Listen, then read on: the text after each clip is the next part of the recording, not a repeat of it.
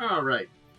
I did also forget to announce that we're going to be an hour late. I'm realizing this now as soon as we start. I talked to you guys about it, but I forgot to say anything. Hi, welcome. It's Discussing Tabletop. We are an hour later. This is on me. I had adventures in the world that sucked, but I'm here now, and alive, but very tired. I was helping move some stuff that was technically ours, but was being stored very nicely at my uncle's place. My uncle passed away. Now, granted, my cousin's taking it over, but I think he's probably going to use the area where the things are stored as an actual, rental warehouse. No. Anyway, adventure. Life. Mm-hmm. Life. Moving a truck's worth of junk. Hell yeah. No, side story. There were things in there that I think we delivered there because there was a time period where we didn't have garbage disposal, and we were dumping it out because this is it was a business there too, where my parents were working with my uncle. There are 2 CRTVs, 2 air conditioners, a number of VCRs, a microwave, and a couple other things. I don't know if the microwave works. Do the CRTs still work? Probably? Because those are worth a decent bit of money now. Oh, I guess we're a collector. Yeah, they're a collector's thing, and it's people will buy them to play retro games on because retro games don't look correct on modern televisions.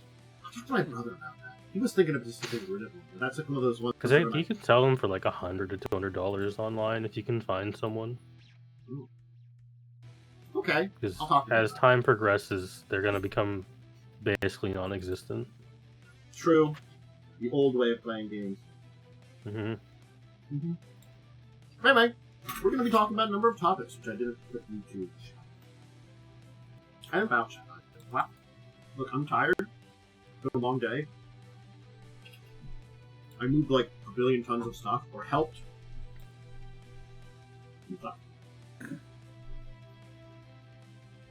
So, guess we can start with our first topic here on the topic list, which I can just switch to while I set up the chat here. An update from Wizkids. I'll link this here. I've not seen this update. I'm wondering if this is about the terrible minis. It is! If it is, I'm hoping they're offering a full refund. They are! Thank God. Well, I don't know about full refund, but it's a refund. They really need to refund people, because god damn. Twitch chat's taking a while to load up here, so let me just make sure it loads up so I can pop it in here and then pin the document. They issued refunds to all those were really bad. Yeah. Literally no excuse. My Twitch chat is taking a while to load up. Make sure I see. Twitch otherwise is working. It's just something on my end, I think. If you post it in Discord, I can post it in. Yeah. Here we go. I got it. I have a PC Gamer article for it. There's the Ian World article for it. It'll probably just say the same thing because all these articles are just reposts of each other, realistically. Yeah, I mean, if they're offering full refund for it, there was plenty of discussion and seeing how they were just kind of. Sorry, I opened it up and I just saw the picture of Shadowheart again and it made me laugh. It's so bad. It's like I'm playing Baldur's Gate 3 on the lowest settings. She's a little melted, guys. A little melted. That's some thick coats of paint. Good lord. Also, it looks like the sculpt is fucked. Again, I think it comes down to we talked about it last week, where it really comes down to price in these. This being as poor as it is, a job of painting for buying a pre-painted mini. If it was this bad, I would have expected to spend $20 less. Where is the quality control? Yeah. Is my biggest question. How did someone approve these going out? I think what bothers me most is about how terrible these are, is just how like it is like how glopey the paint is to the point of where it actually like changes the structure of the face. Because like they do the 3D printing of the figures or whatever, and then people paint it. But like in some cases it's like it's globbed on so bad. It's not like painted. It's like blip blip blip. It's like just one more coat of paint. Yeah, it's like you're repainting your Warhammer minis and you haven't sanded them properly. Yeah, so they'll be refunding everyone on their website, and they say they'll honor refunds for any reason if taken back to like stores and stuff, stores or other. Yeah, retailers. It's like good that they're offering a full refund because this is like not excusable. This is pretty bad. Because like I remember there was back in Heroscape, everything was a pre-painted mini, and I remember there was a lot of variation in them and how they were painted. Like me and my friend had like sets that were similar, and there was some decent variation, but they all looked good, Okay. I'm gonna pull out a weird example here. It is next week, technically, so right now. I'm gonna pull out good old D&D minis when they did their collectible minis. So, this guy right here, I don't know if people can see him. You're definitely going to want to move it closer. Yeah. Is this paint job the best? No. Is it pretty decent? Yeah, honestly, in comparison to like this stuff. The other WizKid pre-painted stuff are actually like fine for the most part. I just don't understand how the Baldur's Gate ones got this messed up. I guarantee you it was a bad quality control mixed with like whatever, poor African or Chinese, people they hired to paint it. Most likely. Just didn't, and then no one did quality control, and it's like a bad group that just didn't do a good job, I mean, it sucks, but you gotta pick one of the good sweatshops, not one of the bad sweatshops. It's also just generally the risk you take when you get pre-painted stuff. Yeah. Unfortunately, you're always kind of gambling on it. But like to have it be that bad, it is kind of unheard of. No, to have it be that bad consistently. Mm-hmm. Yeah. Because it wasn't like just like one or two people. There was a lot of people that got bad minis from here. I don't think it was all of them, which is the other thing too. So it had to be like a quality control attached to it. Yeah, but for this many, their quality control had to be terrible. Because generally you inspect like a random selection, and for you to miss this many kind of shows that didn't happen. Yeah. Yep. How much did these cost? Was it like $50? Yeah, $50. Good lord. That ain't cheap. Well, I can't. Warhammer gamer, I don't know what a cheap mini is, but $50 definitely doesn't seem very cheap for a miniature. No. Especially like a set, if they came in a set, I assume they did. Yeah, let me put it this way. Heroscape, back in the day, was like $20 for a set of like, I want to say 5 minis. And they were all way better than this. I mean, with inflation, you could argue that's probably like $30 now, but still, like for 50 for 8, I mean, you expect something pretty good. Yeah, the mini I showed off. It's painted. It's pre-painted. Those were like $10 for a pack of them. Yeah. We didn't expect super good quality, but they were all relatively decent quality. There was nothing this bad in a lot of them. Yeah. I'm sure there were some, but again, you're not getting very expensive minis. Yep. I mean, it's just inexcusable. Yep. Yeah. Like, I mean, obviously the example art is going to be like done by professionals. The pictures, like the example pictures are always going to be nicer no matter what. Yeah. Yeah. It's like, I'm not expecting that. I'm just expecting it to look halfway decent. Yep. Yeah, some kind of quality. Like I could put this on a table and like from a distance it looks fine. Yeah. Yeah. right? Like you don't notice all the little problems, and not Shadowheart's face looks like it's been melted. I mean, it looks like her face was put on like slightly off to the side. Mm-hmm. She melted her. I'm also- Someone melted her face. You know, they cast passes on. I'm also actually kind of surprised that we don't have systems for automated painting for miniatures. It would depend on like the level of detail, I guess.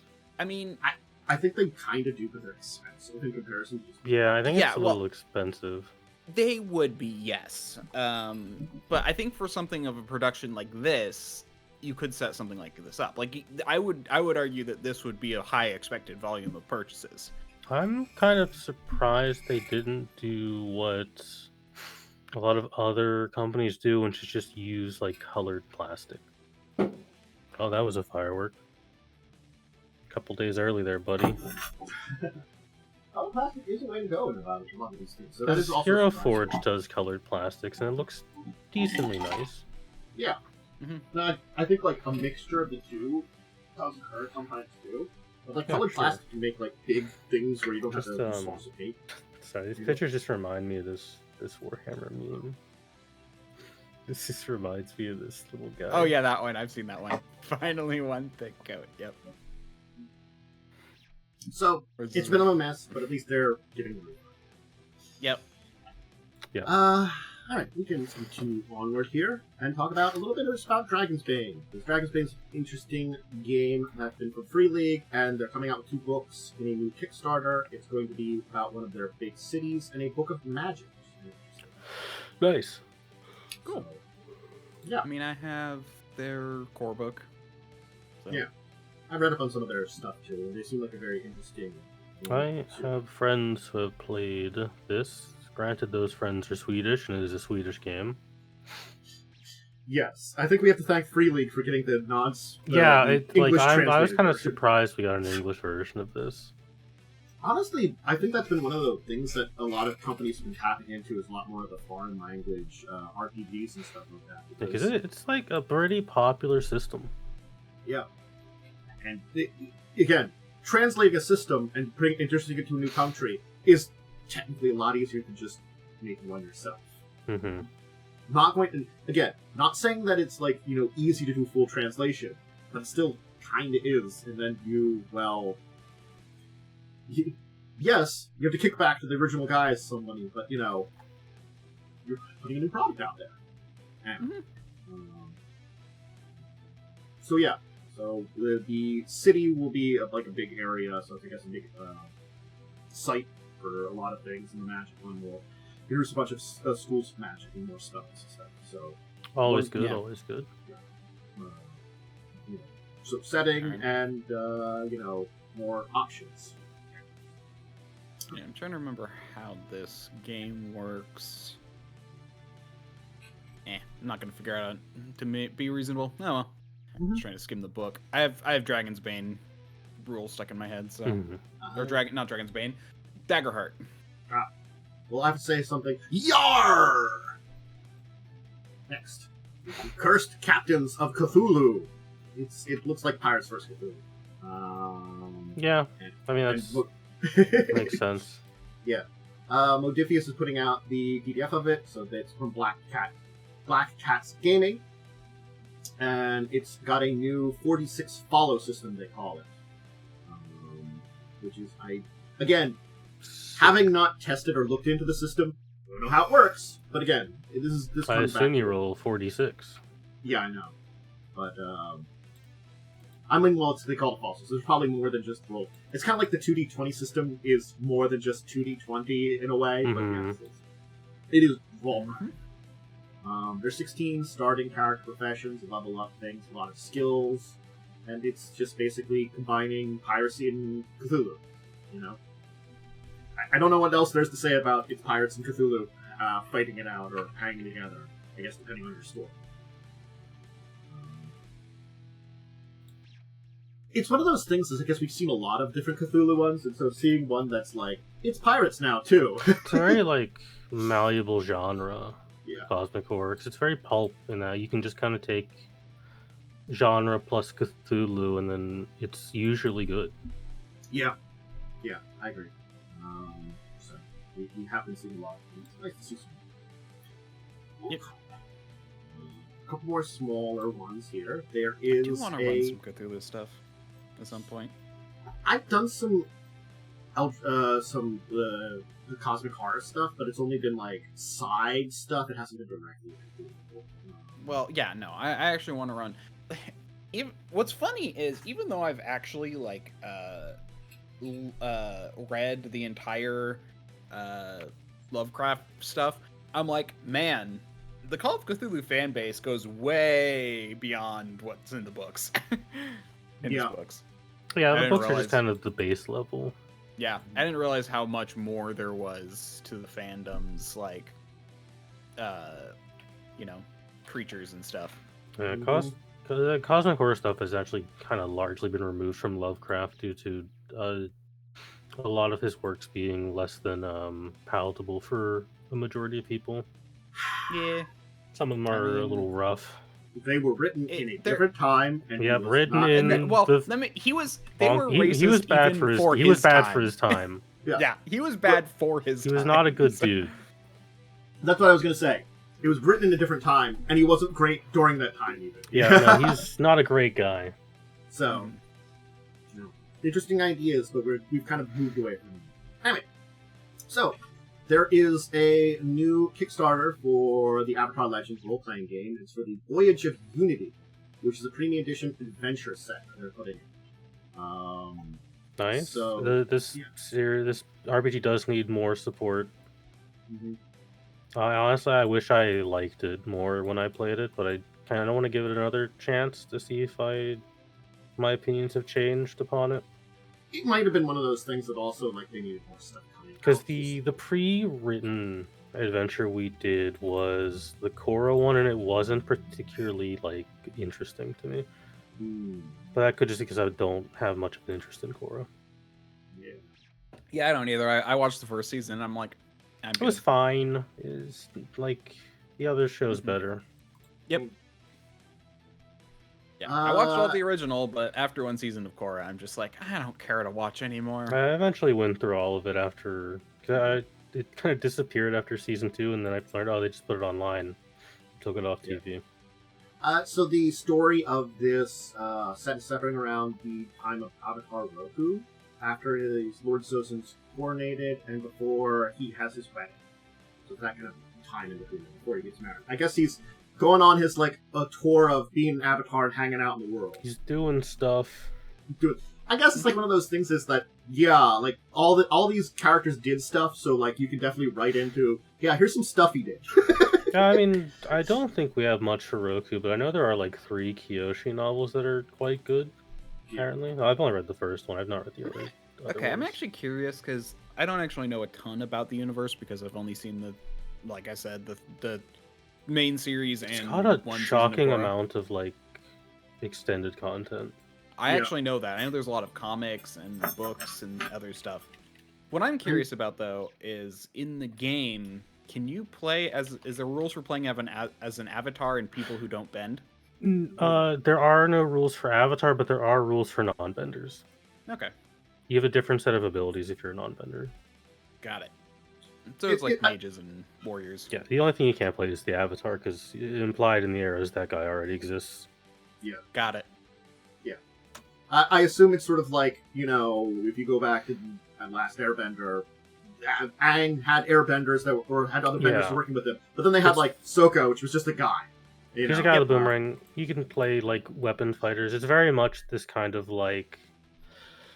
No, it's not really a mechanical system. It's more of like a role-playing act between DM and Yeah. player for combat. It's not a heavy mechanics system. That makes Very sense. narrative. I don't mind those. It flows I pretty played- well. Yeah, I played a decent amount of Fate back in the day. Me and my friends liked it as like one-offs for one-shots. The one time I played it, I basically just played Kiryu, but a firebender. Okay.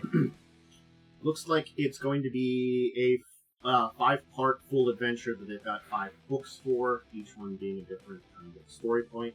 The idea seems to be that you're on like a trip with as like passengers and probably people that are working with Roku. So you're on a ship. Makes sense. And going on adventures.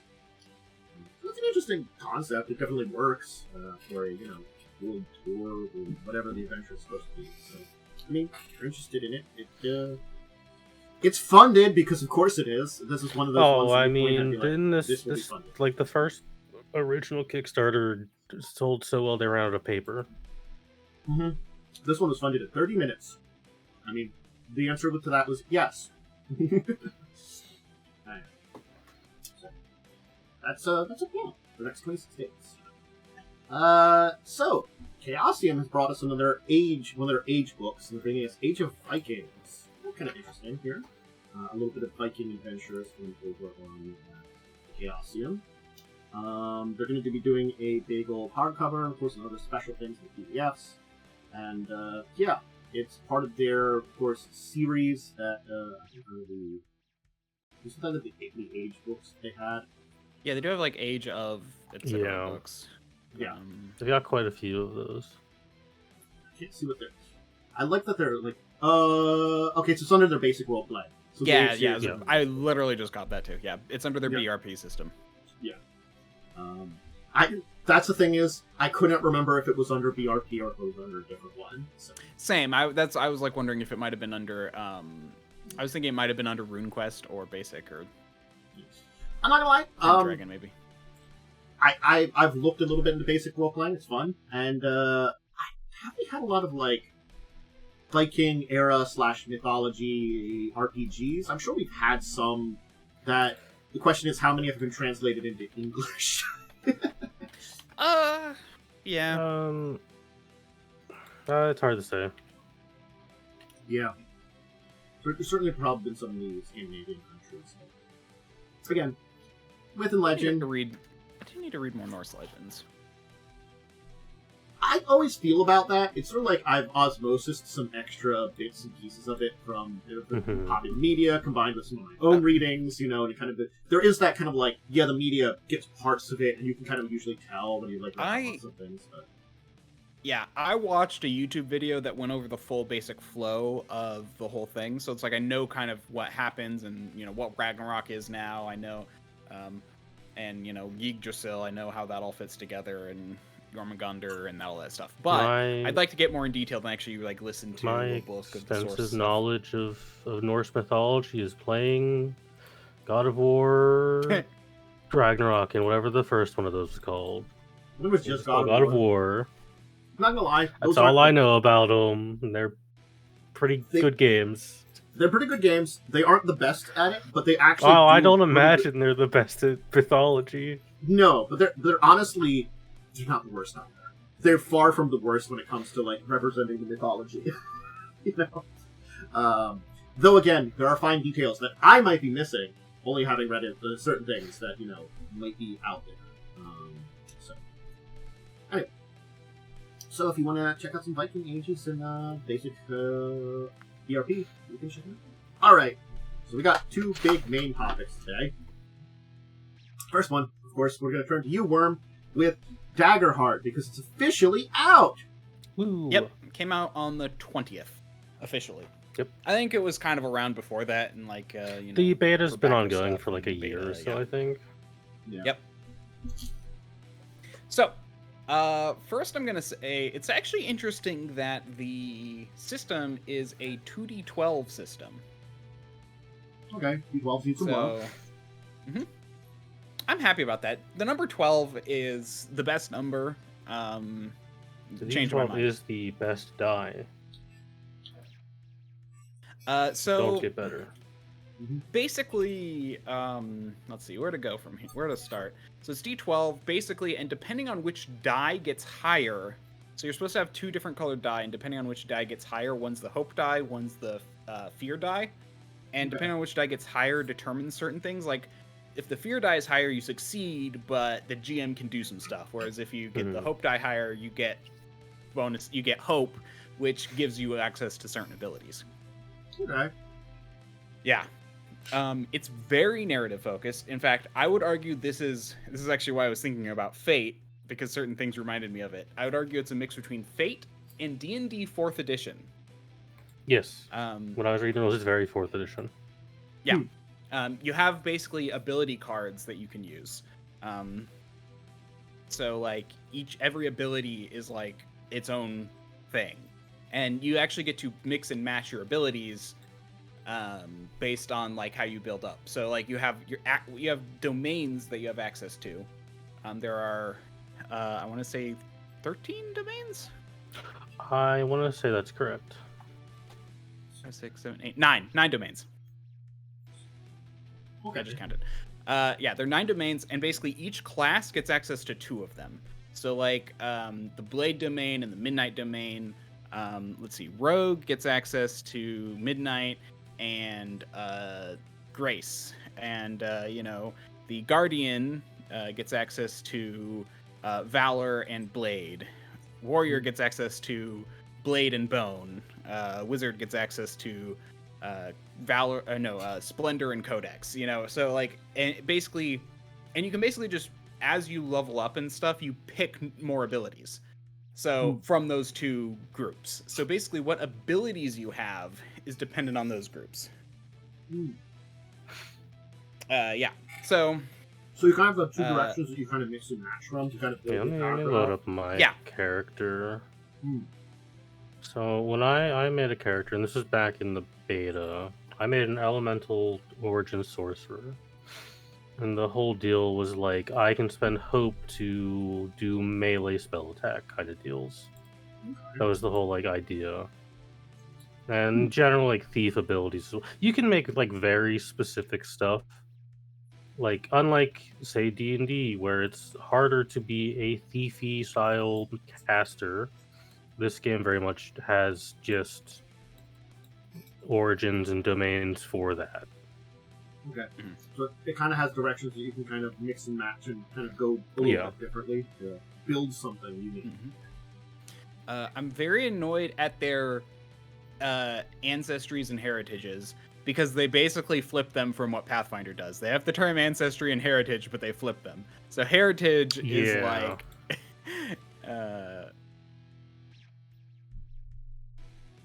custom. Oh, there it is. Yeah. Oh yeah, here it is. It's up here under character creation where it mentions it.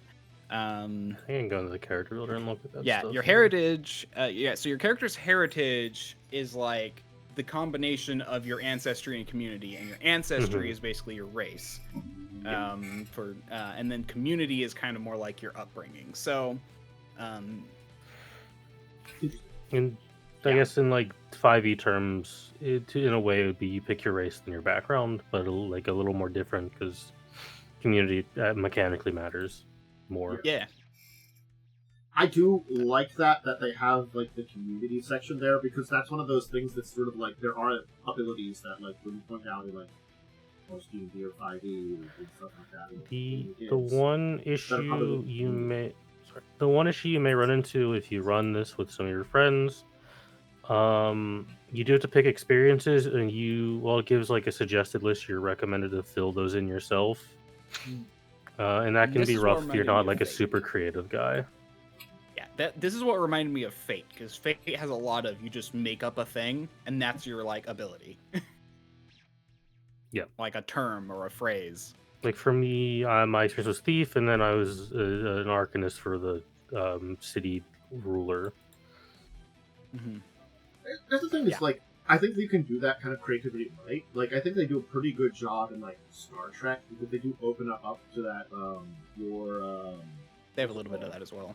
They have a little bit of that, but usually they have like, hey, there's a bunch of stuff you've done for your character. Use that to kind of come up with some ideas, Yes, they tend to tie it to more periods of your life, but yeah, it's the there's traits. Oh, gosh, what is it? Traits are the main thing. I'm trying to remember now. I'm forgetting. I just ran it, but I forget a lot of stuff. Not gonna lie. Yeah. Well, anyway. The answer is yes. Yeah, so it's very interesting. It's also a game where do not expect to have high pluses or negatives. It's one of those kind of Values. games. Yeah. The value's not going to Alright. be like 5-year Pathfinder style of +5. No, I'm saying And values are upward. what they called in Star Trek. Oh, okay. Yeah. But yeah, that term worked well for both of those things. It did. It did. Because I think you can realistically only have like a +2 as your max. I don't know if you can go higher at the higher levels or not. Again, I've Yeah, not actually played. I've only you built a can. level 1 character. You can go higher. Every time you level up, you get to select a certain number of increases. And you can choose 2 of a long list. And you can only choose a certain number of each category per level up. So you actually almost like have to keep. Okay, this is one thing I kind of dislike about the system is how many little things you need to keep track of. Yeah, it's a lot of Over tracking. levels. Yeah, there's a lot of like cards. You need to put tokens on cards, and that's why they simplify it in a way that works. But it honestly, in a way, works better at a table than like if you're doing something online. Yeah, it feels more like a table game than a digital game. There's a very important system of tiers where it's like you have 10 levels, but the tiers are tiers 1, 2, and 3 kind of vary certain things. Interesting. Yeah, but you can increase your attributes because you can add a +1 to 2 unmarked traits. So basically, you can raise, in theory, a single skill 3 times. So your highest you can ever get a plus on your main attribute would be a +4. No, Okay. +5. Five? So it's the highest plus you can get on an attribute.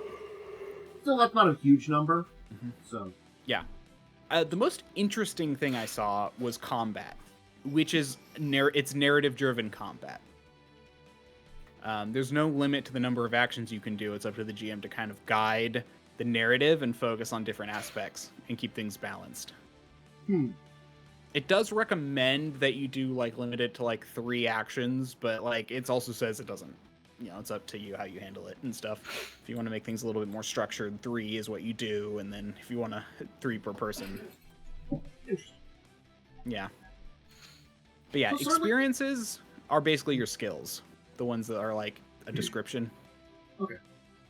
So there does seem to be some very interesting mechanics at play here, but it does feel like this is probably one of those ones that I would definitely recommend trying it out, because it feels like with the depths and stuff here, you want to have it, like, see if it's your type of game. Like, I'll be honest, I can point at some games to be like, yeah, no, test that out first. Honestly, here's my thought. If you want D&D but want it more narrative driven than mechanics driven, play Daggerheart. It fits that. Okay. Cool. Alright, so it's out now. If you want to check it out, I'm good. Alright, Warhammer. There's been a lot of Warhammer now. So we're going to start with one that's not really game related, but is like the rare bit of good news in this horrible industry we call the tabletop space. Games Workshop is going to hand out, I believe, £20 million, like collectively to staff for its staff, which is a pretty significant investment into your staff.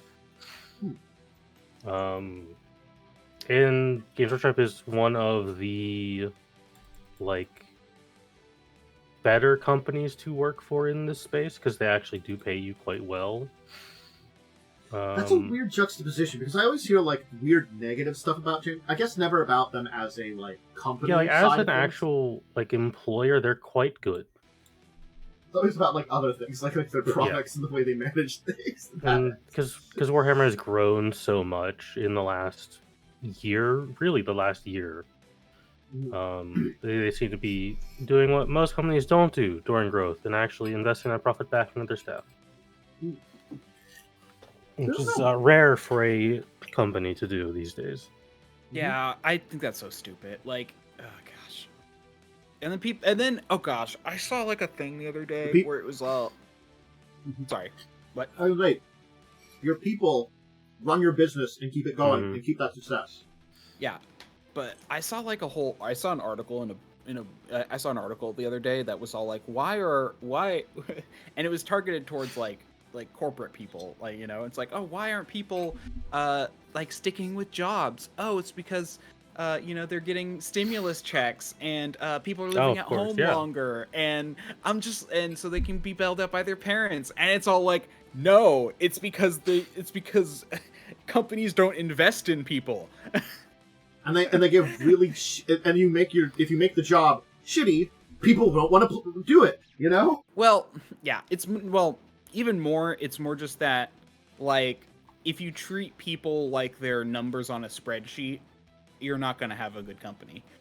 That's kind of what I meant. Is like the there's the side of what you do for your actual job, and then there's how the people you work for treat you, and if you treat your employees with respect, give them a lot of things that make them incentivized to oh hey, even with hard work, this place is a good place to be at. I'll stick around.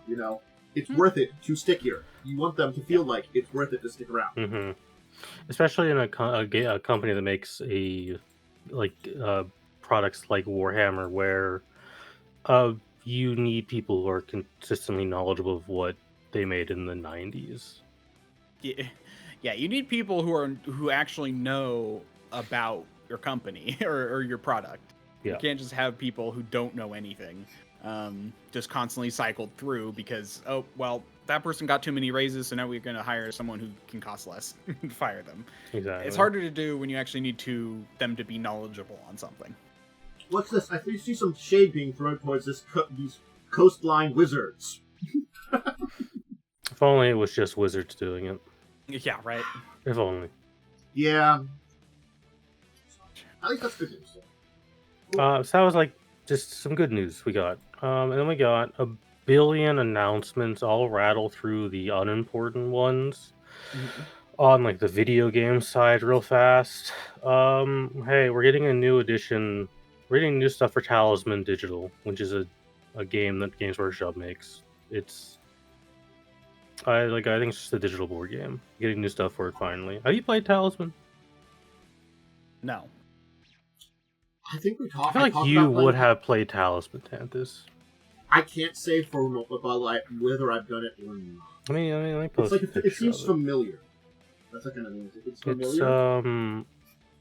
I don't know how to describe it properly. It's quite an old board game where you basically go around a board collecting talismans to defeat a demon guy. We're getting new stuff for that, the digital version, which apparently is a pretty good version to play. We're getting more stuff for Total War Warhammer 3. I think it's just a new faction. Yay. A bajillion mobile game announcements that I don't think I've never heard a single person play one of these, but they make them. There's just enough people playing. Blood Bowl 3 is getting new stuff. Cool. I have not heard good things about Blood Bowl 3 personally. I've heard it's a step down from Blood Bowl 2. 2 is quite good. I know 3. According to my friends who played, it's not very good. On my wish list. That's we had stuff for Vermintide 2 they're still doing. With Speed Freaks officially came out, which is basically a car battle game but with orcs. That one officially came out. We're getting more battle sector stuff, some more strategy games. We'll start getting into the big things now. Okay, 2 very big things.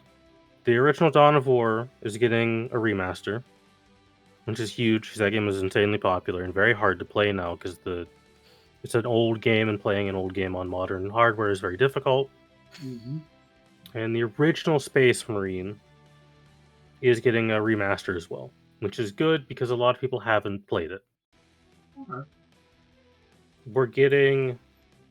We got an announcement date for Lex Imperialis, the Rogue Trader DLC that's coming out. That comes out at the end of June, as well as 2 more expansions that I'll grab the name of really fast. We're getting the Infinite Mausoleum. Oh god, how fucking Games Workshop make words pronounceable, please. We're getting a DLC where we get to go raid Trazen's Vault, which is cool as hell for Rogue Trader. And we're getting a DLC where we get to raid a ship graveyard, also very cool. Mechanicus 2 got some trailers. the game's actually coming out, and there's dwarves in it, which I'm excited for because I like dwarves. Bolt Gun 2 got announced. Bolt Gun is a very good 40k Doom shooter. I think the kids call them boomer shooters. I don't know what that genre is called. I just call them first-person shooters. I mean, generally, Doom shooters have a specific. They have like a speed to them. Like you're just. Yeah, it's like a. I think they are just called boomer shooters, which I don't like that as a term because it makes me feel old. Yeah. As someone who played a lot of Doom and Quake, I don't like that term. I had Doom for the NES or the SNES, so it didn't really have blood. But I had Doom on our old ass PC, and we had Doom 64, which is the one I mainly played, which is not great in my opinion, though people seem to love it nowadays. I went from Doom 1 on the SNES to I tried to play Doom 3 on the computer, and my computer was just at this point in time during its life cycle that it did not play very well. Because we didn't have like cool internet, like cool people at that time. I basically downloaded the Doom 3 trailer and would watch that all the time because I was super excited for it. And then the game came out and I was like, this isn't really a Doom game. It's fine. It was fine. It's not really a Doom game. It was definitely weird and different, and I'm like, is this see, me only having the first Doom, I'm like, this kind of feels like it's sort of similar, but it feels very different. You know, it's like it kind of feels that like original Doom. It tries to be a horror game for like three levels, and then it gives up on that. When you search Boomer Shooter on Steam, you get Bolt Gun, Warhammer Bolt Gun. Yeah, it's a good one. Speaking of Bolt Gun, a new free version of Bolt Gun was announced called Warhammer 40,000 Bolt Gun Words of Vengeance. It is essentially the typing of the Dead game, but Warhammer. It's just typing? Yeah, you type your words per minute, and that is how well you do in combat. I both shake my head and love that idea all at once. Oh man, typing of the dead. that brings back memories. And I'm not talking about the newer typing of the dead. I'm talking about the original one, where it's the first House of the Dead. It's extra jank. It's very very much like that. And then finally, the biggest announcement that for some reason I don't understand, they put this announcement at the very beginning of the press event, which is not how you're supposed to do press events. You don't put the biggest announcement you have at the start. You want people to keep watching them traditionally. It depends, but yeah, generally. Alcat is making another Warhammer game, this time based on the TTRPG Dark Heresy, which is a much darker and grittier game than Rogue Trader, in which you play as an Inquisitor or a Psyker in a really messed up demon-infested part of space. Sounds about right. And it's a very investigative game, rather than a combat game like Rogue Trader. It's famously very difficult, the tabletop RPG. It's one of those games that's like, if you're going to play this, you need to make 4 characters. Because it is a game where if you play a Psyker and you just roll badly on your table, there are several rolls that will just kill you outright. Yep. I'm going to post the website for the Dark Heresy game. You can already become a founder for it. With various tiers, which will get you everything from just beta access to alpha access to a statue of a Birdman. Well, Bird Woman, which is concerning because the statue for Rogue Trader is of a romanceable character. They're gonna let you bang a Kroot in Dark Heresy, and I don't like that. I'm not a fan. Okay. I'll also post the trailer because the trailer just looked like so good. Let me find it. This trailer had a really nice art style in it. So there's going to be a Kroot companion? There's a Kroot companion. I think the companion's announced so far because it's still in like pre-development are, I think it's on the website. Let me just check real fast. Companions. We have a female inquisitorial acolyte, which is like a lesser sort of assistant to an inquisitor. We have a male one who is like a former guard. We have an Ogryn companion, which I love my Ogrins. They're big dumb orc boy. They're big dumb ogre boys. They're very stupid, very loyal.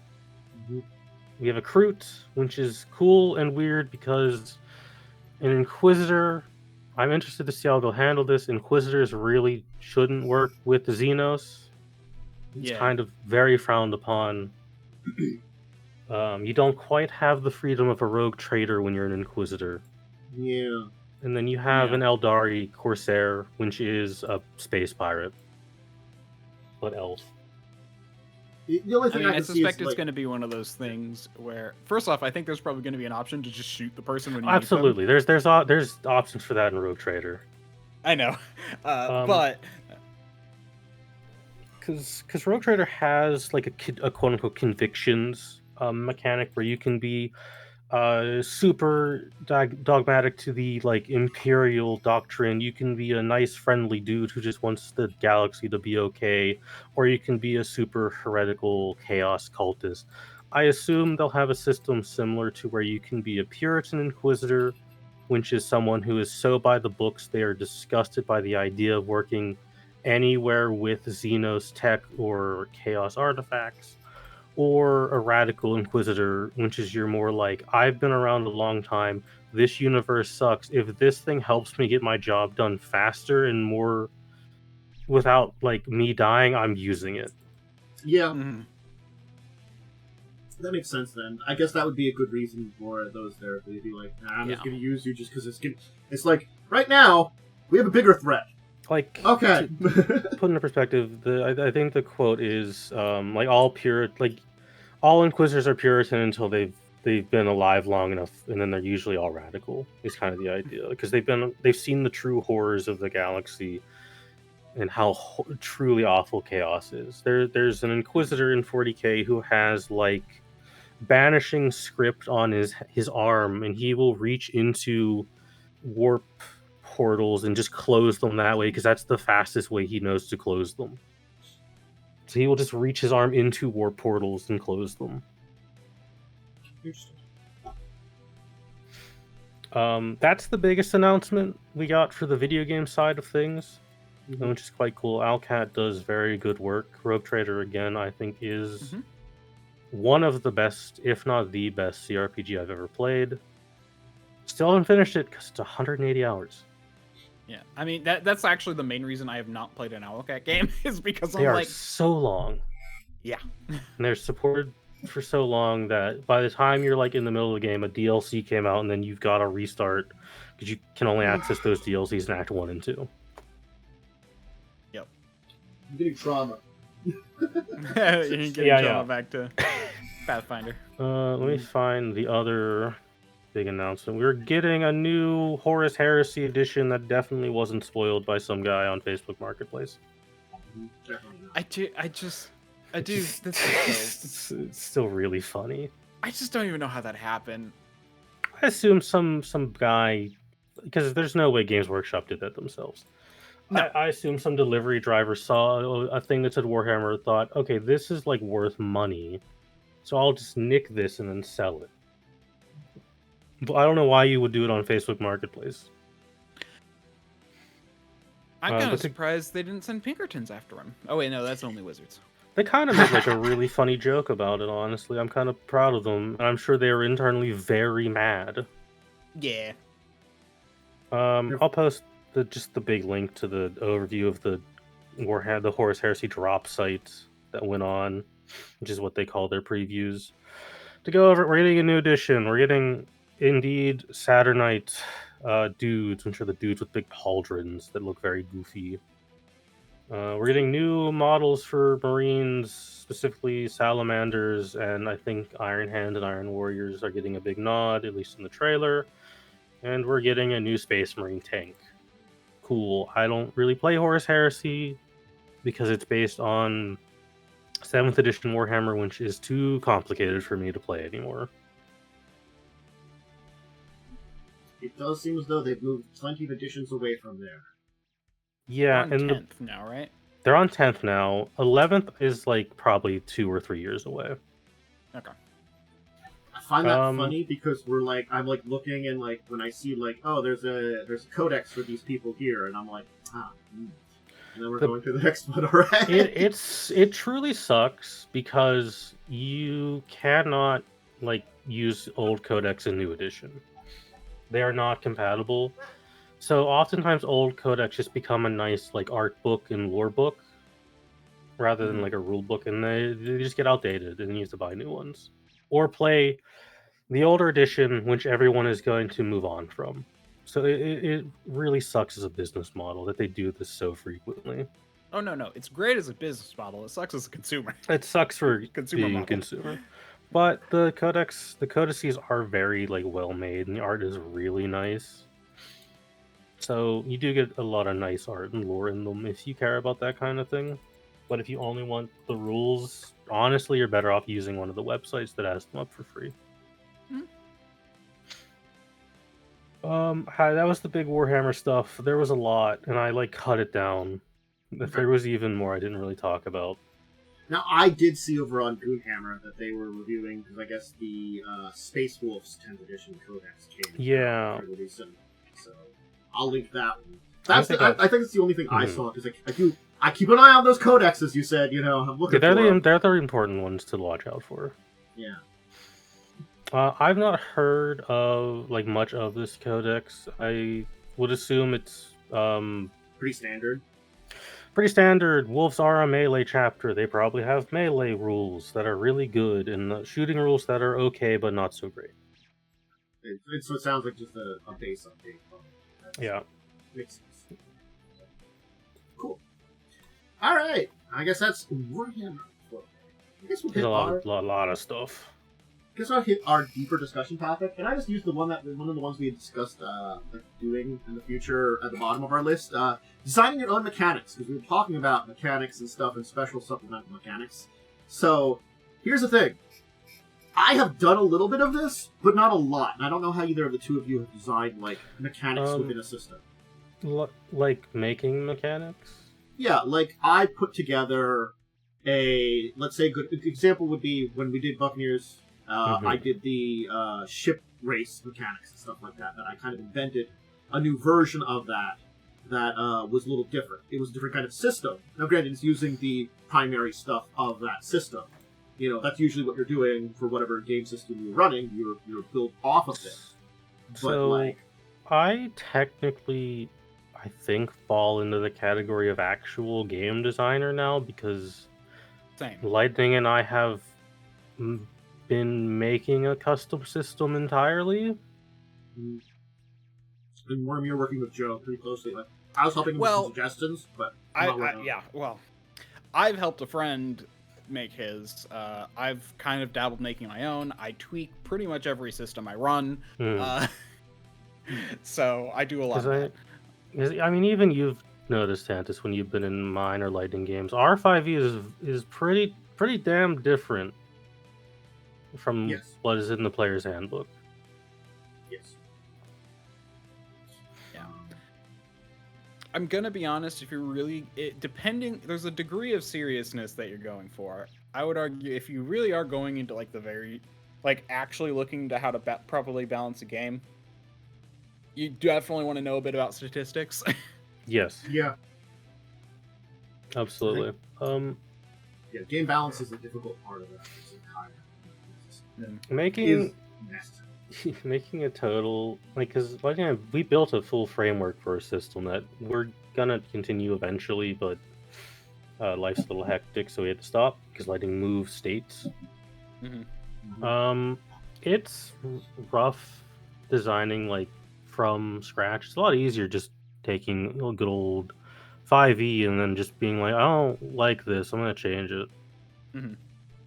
Yeah, no. If you're going into like full game design, though, it's a lot of work because not only do you also have to do balance, but then balance isn't necessarily what makes something fun. So you need a little bit of imbalance to make it fun, but you can't go too imbalanced. Mhm. So It's usually like if you need some kind of mechanic or some aspect of the game or what you're designing, you have to kind of figure out what it is you need. Are you, like for me, building a custom race rules? Or are you, like, reevaluating, like, how classes work?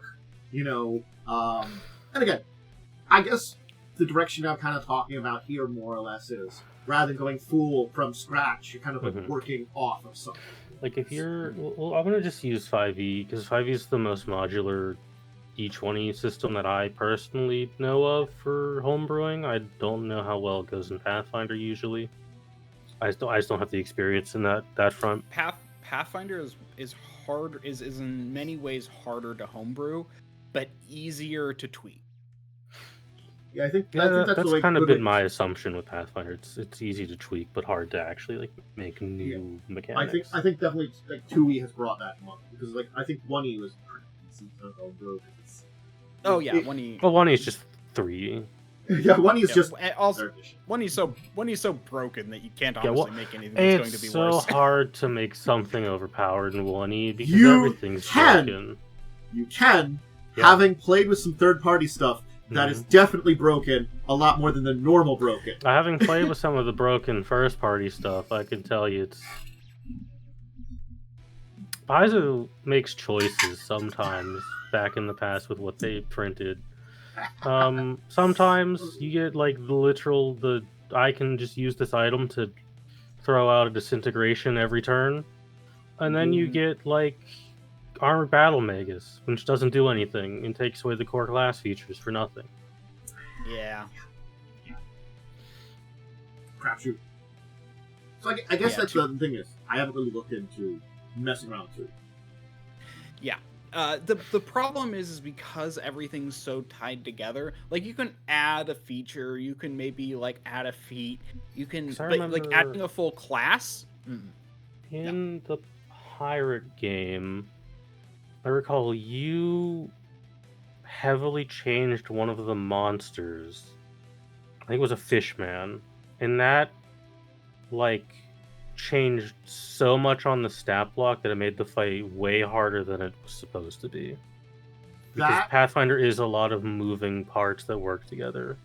That was an example of some of the leftover problems that I think existed from 3rd edition, where they have very simple systems for like adding templates on top. But it's all like tied together, where if you change one thing, like 4 other things change on the sheet. Yeah. Yes, and then the problem is, depending on how the monster or creature is built, it could interact much differently than what the just general, oh, this is +1, and adds these things. Well, what happens when that +1 means all the bonuses are focusing on the abilities it already had? Yeah. That breaks it. It's sort of like, I think I can give the example as back in the day, I was building for 2 monsters, and one was mechanically 5 CR less than the other. First one was much more of a challenge to the players. Basically, I gave one template. There were some other things that tweaked around within the rules, but the crux came down to I added a template to a monster, and it broke the monster. Another monster, I added some other templates to. They didn't do anything for it. One was a boulet, the other was a hydra. Hydra, with its templates, it was still just a hydra. It was kind of bigger and meaner, but it wasn't much different. The boulet became a super killing machine. Yeah. You know, it was like it didn't take a lot to break it, but it was like it shouldn't have, but it did, because sometimes there are interactions, even in like older, more simpler systems, you don't know about, and I think that does harken into when you are building stuff, you don't know how things interact sometimes. I will preface this, I should have prefaced this earlier. This whole conversation, I want to put a big like asterisk preface in front of it. If you are making any kind of custom system, you need to rigorously play test it. Yep. Because that's the only way you're going to know how the average rolls go and how you've mechanically altered what you're dealing with as a base. Yeah. Any monsters are obviously like the lowest end of that.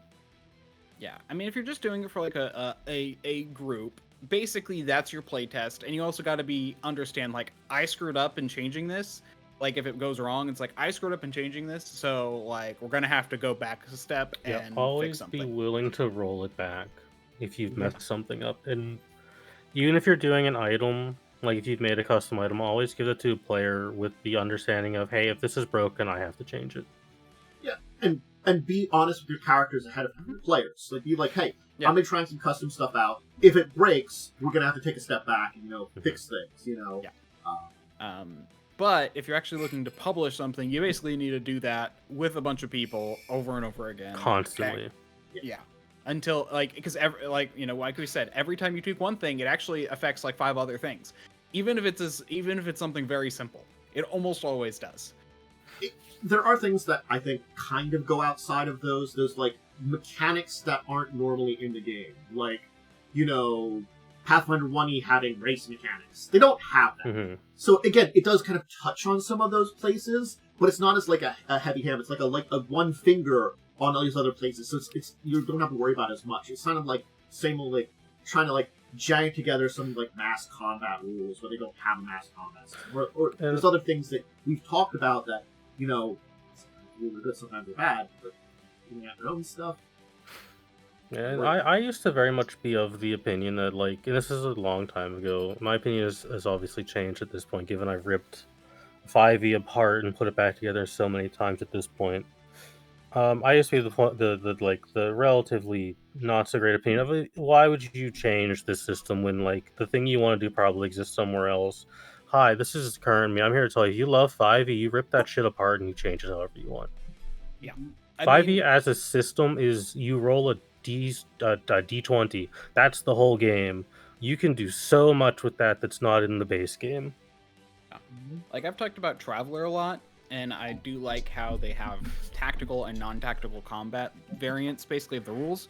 But even then, I took it upon myself to add a whole bunch of extra things you can do because I'm like, I feel like this could be more tactical. So I have like a list of things I've added in a way, mostly just because like I wanted to add like a quick shot, like basically things like, I added a quick shot. I added. Funny enough, most of what I added are things from other versions of Traveler. I just, so like, so it was just like I just wanted to add more because I felt like even. Or simplify things. Sometimes Traveler does this really weird thing where they just want to where they want to simplify like a big set of things into a single roll, and I'm like, no. Yeah, I think it comes down to you go ahead because mine's just a very simple example that'll feed more into how changing 5e works. I was basically just going to say like, the thing is, before you even think about this, you're playing the game, you should kind of know where holes or problems are, or, where there's an opening that you want to exploit.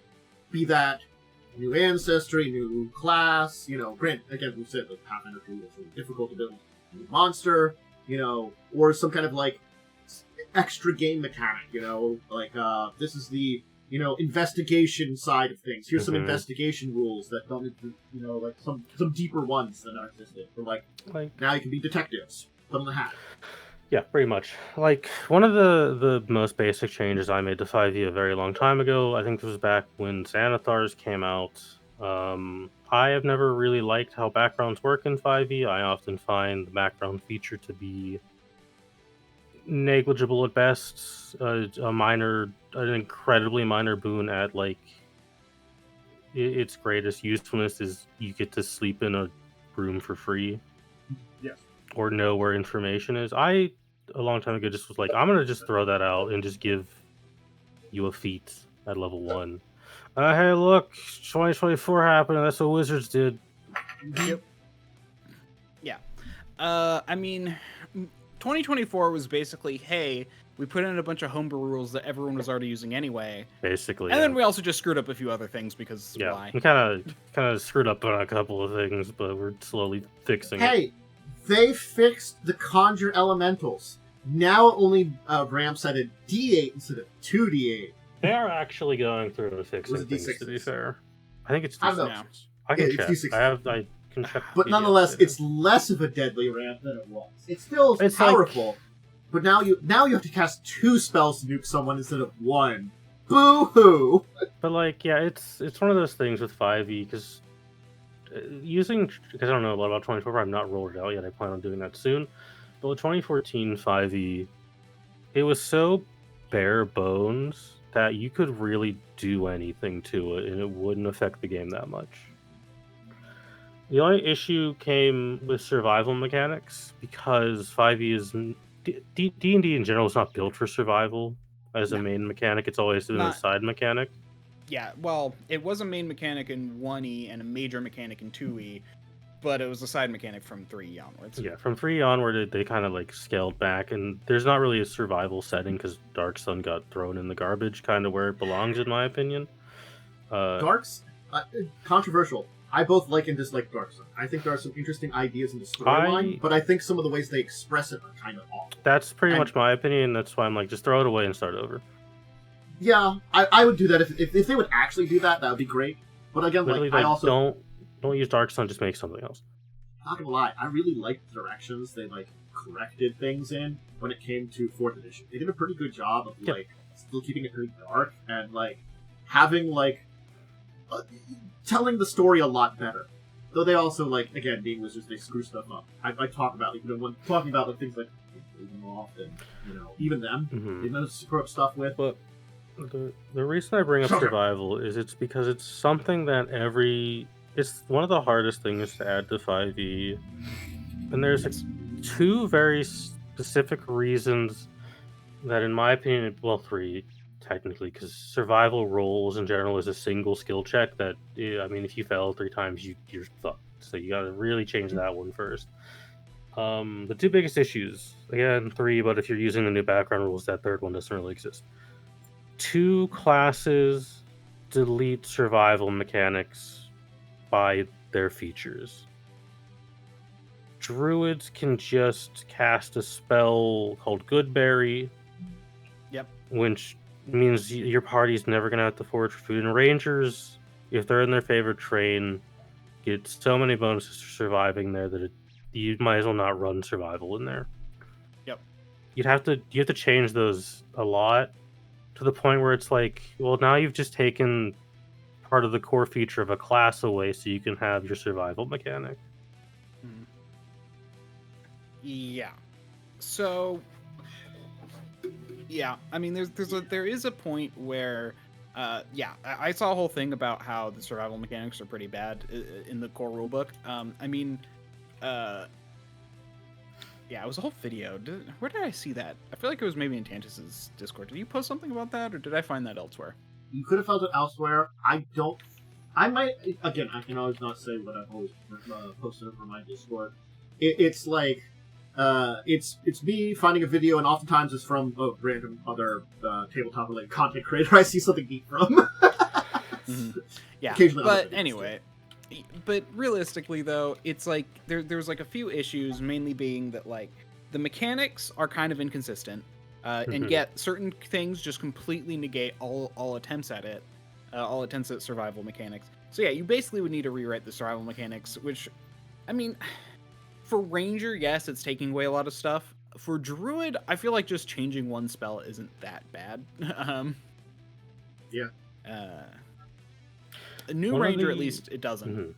One of the problems with survival, and I guess in general, this is one of the most homebrewed things, is how in 5e a lot of times people just you don't really track ammo or food or anything like that. It's just because in 5e it's incredibly tedious because of how 5e's gold economy is to an extent, because you're meant to find items rather than buy them.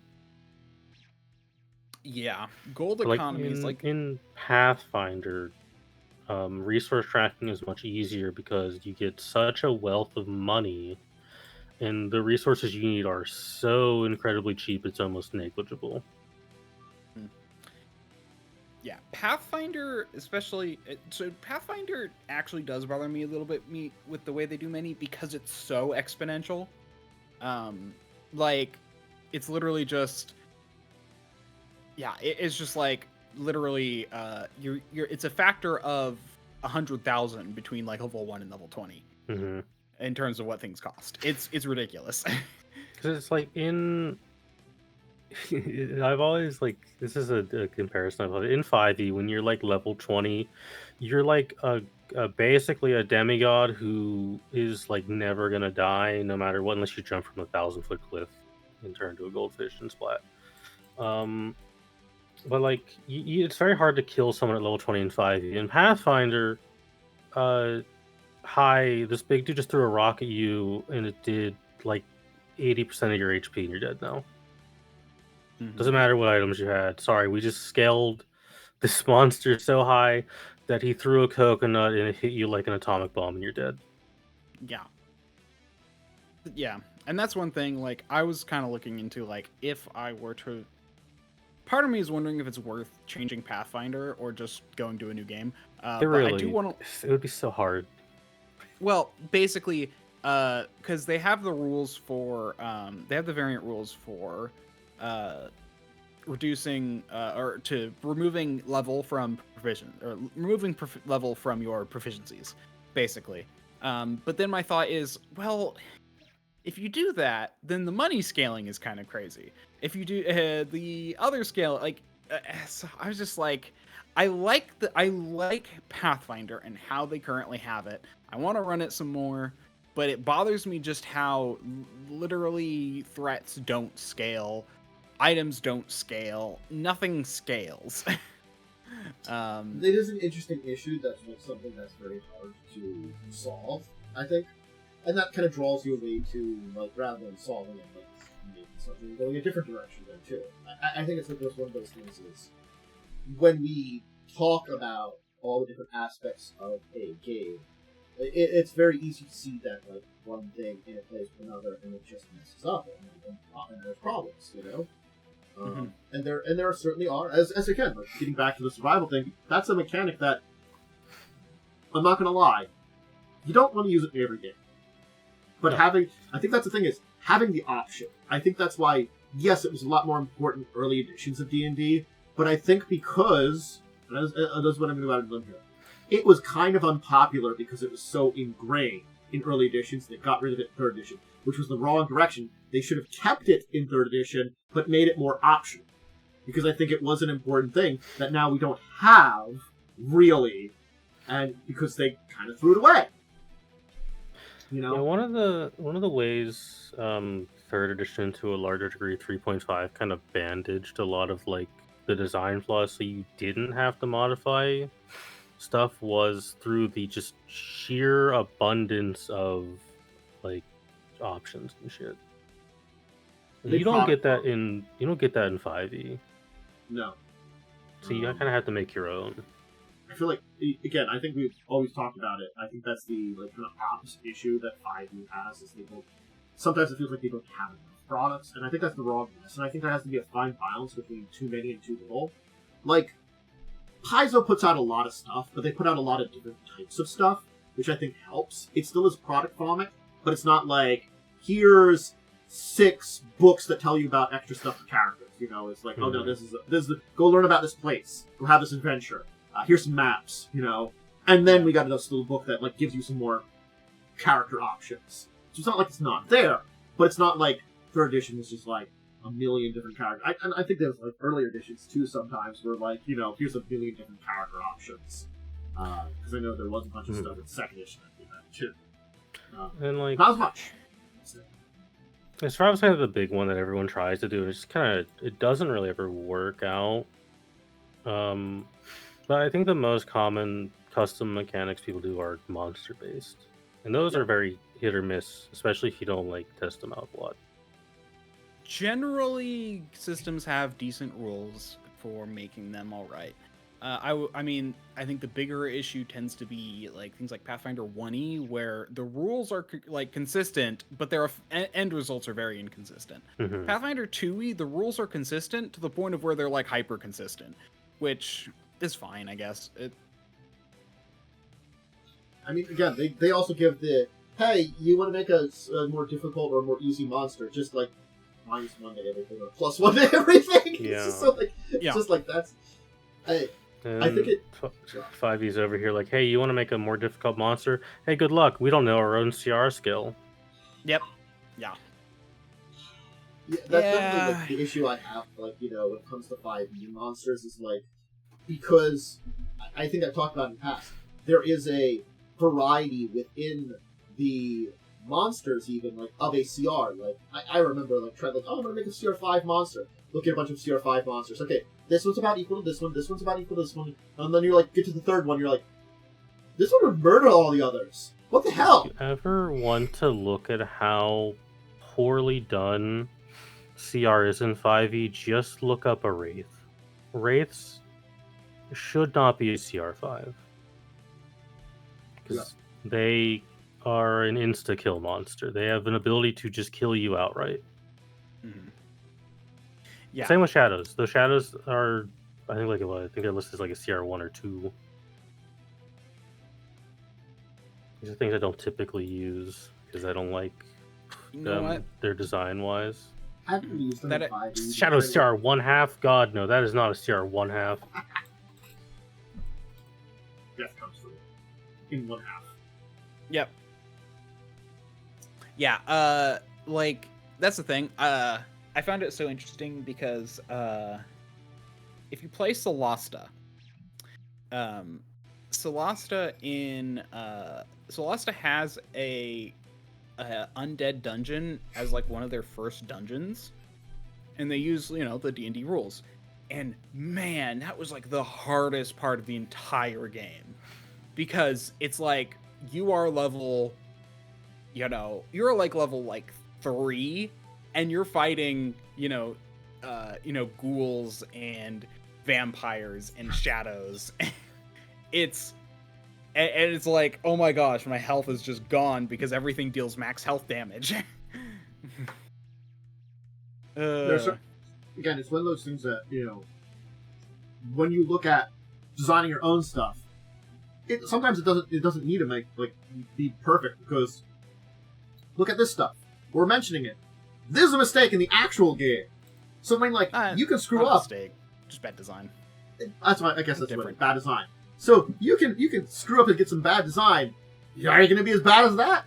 That's the thing, is sometimes the games can kind of provide you a, you know, bad design level that you can make mistakes and misdesigns in the way that you go that you will not hopefully match, but it means you do have a little bit of leeway sometimes when you compare it to stuff like this. Yeah. 5e is also very bandagey in how it handled its like issues, because like, I mean, this issue I mentioned last time I was on the show is the only way you can get around like spells like banishment is just to be like, sorry, the monster's not affected by that. Yeah. He's got this ability here that says no. He can do that 3 times a day. Yeah. Yeah. No. There's no other way in the bounds of how 5e's spells work without major changes that you can fix that. You can try to. But again, I think it's like, this also comes back to how much work are you willing to put in the system you're using? And that might also be another thing. If you're customizing stuff in a system, maybe try a different system. Maybe if you have to, it depends on how, like, if you feel like you have to change every aspect of the game, you probably should look at another system for what you're going to run. Yeah. You know? Like, if you want to run a survival game, I really don't recommend any of the popular D20 systems. You should look into a different dice category for that. I tried to make a custom system on 3.5 many years ago that was going to be like, it was kind of like a hybridization of 3.5 and D20 model at the time, because I had those 2 books, and it involved making custom classes. Granted, I was making everything from the start, and it was an interesting aspect and experiment. But having worked on that, I kind of said to myself, wow, this is a terrible idea. So then when I kind of wanted to revisit some ideas from that, I was like, I'm not touching D&D with a 10-foot pole. I'm like, I could do some other system that's a little bit more open-ended. Granted, I was like, I could just do like SM system and just have that. Or, Yep. or I thought because it was going to be a gun kind of combat system, I could also do just like a more period piece for something like Shadowrun. Because Shadowrun does like have a lot of like gun combat stuff. Granted, you'd have to kind of take out a lot of technology stuff, but the core of it could probably work for like a gun combat-y, maybe more not quite militaristic, like the pseudo-militaristic kind of game. You're part of the group that's not necessarily working for the government, but working to fight things, and using guns. Yeah, I know, like, because you have your Star Wars 5e, you have, like, your 5e total conversions, like, you have the Star Wars one, you have a Mass Effect one, I think there's a 40k one, but that might have gotten shut down, because I think the creator wanted to do other things. There was the Pokemon one that Nintendo nuked a couple years ago. So you could do, like, there was a Pokemon RPG. There was, I don't think you can find it online anymore, because Nintendo sued the shit out of those creators. I mean, I think I remember that now. No, I remember that. I mean, I think you can find in dark places still some other things. You can probably find it in places you shouldn't download from. I thought you could find a certain alternate remake of a second Metroid game somewhere online without you going back to it. I don't know about Pokemon. But that was also moved by Nintendo. Nintendo makes a lot of things. But my point here is you can turn 5e into just about anything, because again, at the end of the day, it's you're rolling a 20-sided rock and you're just doing math. That's literally all 5e is. Yeah. Mechanically, it's very simple. But there comes a point where you're adding so many mechanics onto that skeleton that's like, well, is this worth the time investment versus potentially I just maybe go play like Cyberpunk? It is sorry, one of those things that like you have to look at how much time you want to put in. Like a lot of these big total conversions and stuff like that oftentimes have They take years, groups of people working on them. You gotta commit to this. Yeah, and they are doing a total conversion. They're taking this and making something new.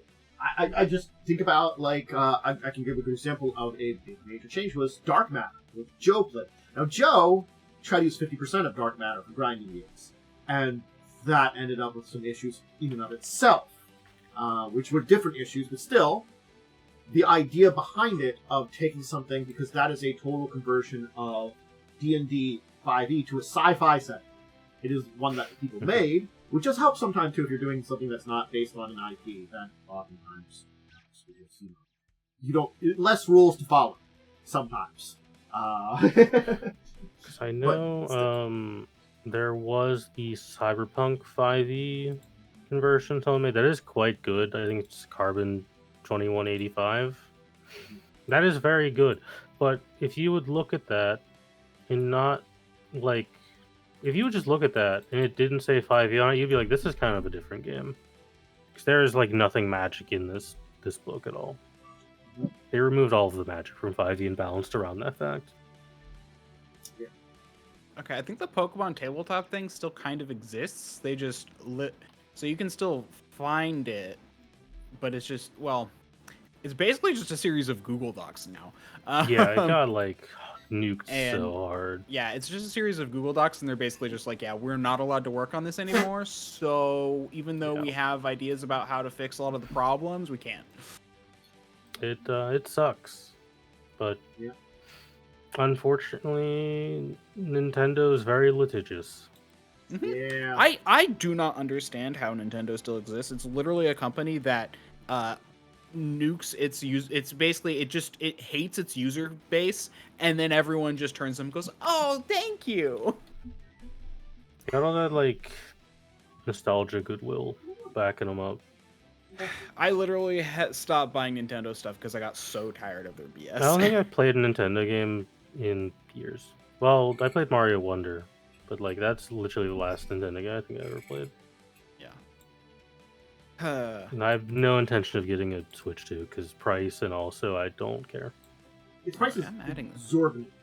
Well, it's not even the console price. It's mostly the fact the games are $90. God, it's just way too much for me. Like I'm like, I had been, up until they, like, talked about anything, I had kind of considered it, because I was thinking of getting, like, I hadn't gotten a Switch.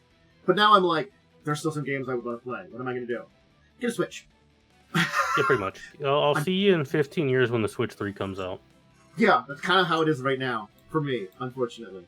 They've kind of, like, for me, like, you know, I'm like, no, I might just get, honestly, a Switch again. Like, I kind of delayed that because I was like, oh, you know, let's see about new stuff. No new stuff sucks. But yeah, now that I have Daggerheart, like I definitely want to run a game soon, and I'm thinking that maybe I don't want to do Pathfinder because it just takes a lot of setup, and that's like a thing. So switching to like another game might be a good idea. Like maybe I mean Hinterdom is something I've been looking at, but also even Daggerheart I think might even be better. Yeah, it's fine. It's finding what you want to run and why you want to run it, and I kind of want to run like a Magic the Gathering D&D game now at this point and work in some of those weirdness to it mechanically. I mean, like, I gotta be honest. There was a lot of issues that we had with Children's Wrath, but I really did enjoy, like, using the setting and stuff like that, and trying to use some of those mechanics there. I didn't do a lot of work on that, and that was something that probably, like, I kind of maybe needed. I think it wasn't terrible, That's they only did like what 2 source books for Magic for D&D. And they could have definitely done like there's 3, I guess, because Strixhaven. Yeah, there was like 3 actual source books. Theoretically, if they wanted to, they could just pump out an infinite amount of source books for Magic. Yeah, and then a bunch of like UAs that they effectively did for different Magic things, which were fine, but they didn't really. They can add in the Planeswalker class, and then years later delete it from the lore. Sorry, everyone can do that now. Here's your favorite legendary creature, but he's a cowboy now. Isn't that cool? We're Fortnite. He's got a cowboy hat. He's got a cowboy hat on. Also, you can put stickers on the card. Because those are still legal in Commander. Yeah, Rakdos showed up and went into, like, Cowboy World because reasons? You want to see Jace as a cowboy? Here you go. We've said reasons, and we're just doing stuff. You want to see your favorite Glup Shido as an 80s horror movie character? Got ya. Play Duskmourn. Yeah. So, ultimately, though, so my whole thing right now is, like, I want to start running games sooner rather than later, and I think planning for Pathfinder 2e stuff has just been way more work than it's worth. Been having to, because I'm going to be running a bigger, like, demon-based game, so I've just been sat here for days being like, how do I make demon boss fights fun and interesting? So I've just been doing nothing but demon-related mechanics, and I kind of need a break from it. Yeah. I definitely have enjoyed my time with 2E at this point in time, and I do want to run more of it. But I also really think like sort of 2E. like, for me, it's all, I'm like thinking to myself, I'm also like, I just think of more simple games. Like, as much as I like Involved Abenswell, I think the concept I had for a show that I want to do in the future, because I do all these videos about different places in Galarian, just do a random adventure for like 3 to 5 weeks in one of these places I'm talking about. There you go. I come up with my own story based around, like reading up on the country, and bam, story there. I might be interested. I have been thinking about it. We'll see. We should talk about our week in gaming, because I think that's a good place to kind of move off our discussion on your own custom information. So, anybody do anything last Sunday? I don't think I did anything on Sunday last week. Okay. I know you were going to have Joe's game this week, but we are down 1.5 players, so we are canceling. What happened to the other half of that player? Well, one person can play, but they have to play on their phone, which is a problem in all itself. The other person can't play at all, so that's why we're... Well, yeah. I thought you, like, maybe sawed them in half out of anger or something. Consider it, So yeah. How about Monday? Monday we had Rivers game, big downtime events that took like the entire session. We got to go and visit Lightning's sad and tragic backstory, where they were born in a tube as a dragon monstrosity. Really cool. super awesome. And then we spent half the session arguing about what kind of dragon Lightning's character is, because Lightning doesn't know. So yeah, that's how that went. And then we just kind of messed around doing some light backstory stuff. And then next week, aka Monday, I get to do my backstory stuff. Ooh. Spoilers, it's gonna be depressing because that's the everyone has a sad backstory game apparently.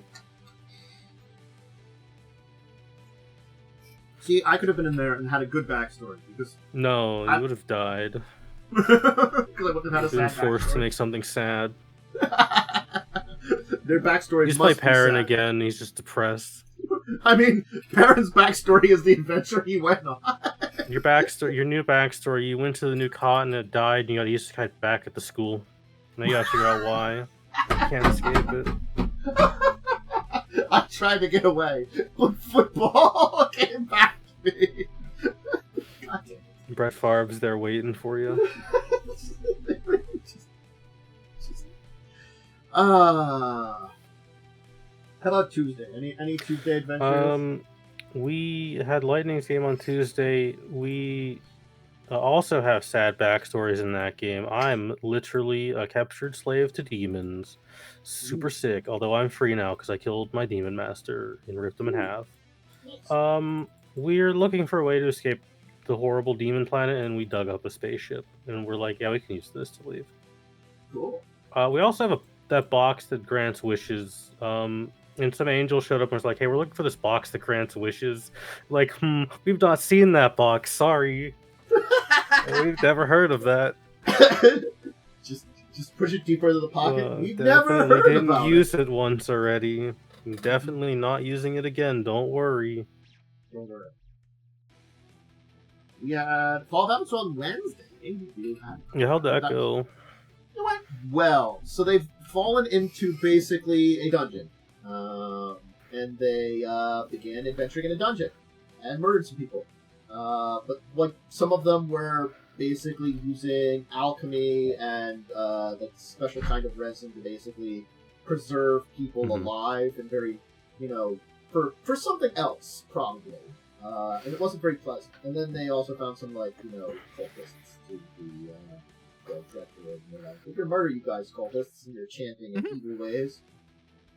So they haven't really gotten that far because there was a couple of combats, and where combat is becoming quicker, but it is like we have to learn it. And then there was a lot of actual adventuring and stuff to explore. So we got through a chunk of it, but we'll see how far they get in the next. I'm hoping there's going to be maybe like one, maybe 1.5 more sessions. So we'll see. Yep. Anything on Thursday? I played Magic for the first time in 2 years on Thursday. Well, Commander, I guess. Yeah, Lynn invited me to play some Magic, which is cool because I'm not the biggest Magic player these days, but it's fun to always get back into for a little bit. I didn't make any decks. I just went on Moxfield and picked decks that I believe are all the problems that Magic the Gathering has. Like I played a Hatsune Miku deck, and then I played a Megatron deck. And then, we had the really fun thing of, I think our first game was Hatsune Miku versus Sauron versus Megatron was our first game. It's like, this is really what Magic is all about, guys, is shameless IPs. Although Hatsune Miku's fine because she invented Magic the Gathering, as we all know. Okay. I don't know that reference for Hatsune Miku, but I'll take it as an okay. It was fun. I've been getting back into deck building because of it. Today, I'll skip, but today before the show, I played more Magic. And I just realized, man, I'm actually still pretty good at building decks after so long. This is the first Commander deck I built in 5 years. Yeah, it's just been nice and fun to get back into Magic, and also kind of memey because Magic's in a very silly state right now. The thing is, it's so interesting to play like more extended formats because I've been doing the Forge Adventures, the MTG Forge, but the adventure mode in it a little bit, and I'm like, that mode is weird because you play with all the cards, so you're like doing like extreme like legacy, vintage, and stuff like that too. But you see such like weird deck combinations because it's just such random cards. That's why I like Commander so much, because everything's kind of just like, if it came out at one point, you could just use that shit, except for the ban list. And you get some of the weirdest decks you've ever seen. And then you just face some things that are just like, you just like, I can't defeat you. Like, what was it? The Shuffle Up and Play where they did Boomer decks. And everyone just made an actual good deck, and Prof was like, I have Pirate Ship. Oh, no, Skeleton Ship! It was Skeleton Ship from, like, Revised. It's shit. God. Meanwhile, some guy's over there with Omnath, one of the best commanders you can have. Yeah. I mean, they all did, like, I don't even know all the themes of them. Like, one of them was having things go boom. One of them was just old men. The old man. And I don't know what the Omnath. We all know what Prof was. He just made an old magic deck. He did. It was great.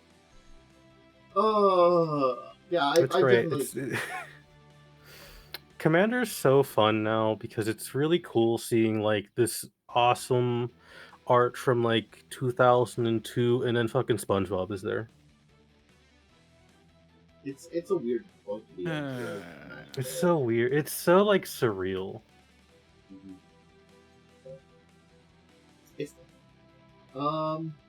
Yeah. I didn't do much else this week after Thursday.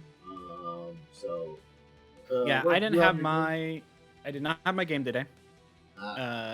Because two of the players were going to be gone, and one of them was like the person who was the who was going to be the, like, you know, it was basically his quest that we went on. Yeah. So I get that. That happens sometimes. It's sort of like, even if you can miss a couple of players, when it's like one of those people is like, hey, this is their story beat. You're like, well, crap. It's your story beat. Guess we can play without you and have your story go on without you. That sounds like it was a fine week. Yeah, no, I had a good time with that, Dennis. You can always check out all my tabletop stuff, but I've definitely gotten a little bit of away from Forge Adventures. I'm doing a little less of it, and I was doing a bunch of the because I think I got it from a like Humble or something. The Jedi Survivor, the second one. So I started playing that. So I like the first of the Jedi series. I hate that it's EA, but I like the game, and it's like, God, I mean, Jedi Survivor is like not bad. Yeah, at least it's Respawn, which is a company under them, and Respawn does a good job here. So thank you, Respawn, for the Jedi. I'm gonna be right back. I want to disconnect and reconnect because I'm getting a lot of cutouts. Okay. Yeah, you were cut down a little bit. I don't play video games. No, that's a lie. I do play video games. Mostly Warhammer related at the moment. I'm not gonna lie. I finally found a game that I don't play on stream, and it's not a great game, but it's an okay game. And that's that. Oh, you are cutting out like hard. Hold on, give me a second. I actually think it might be Dantas. He might need to leave and rejoin. Yeah, try. So I'm not hearing it. Let me do that because I'm not hearing anything.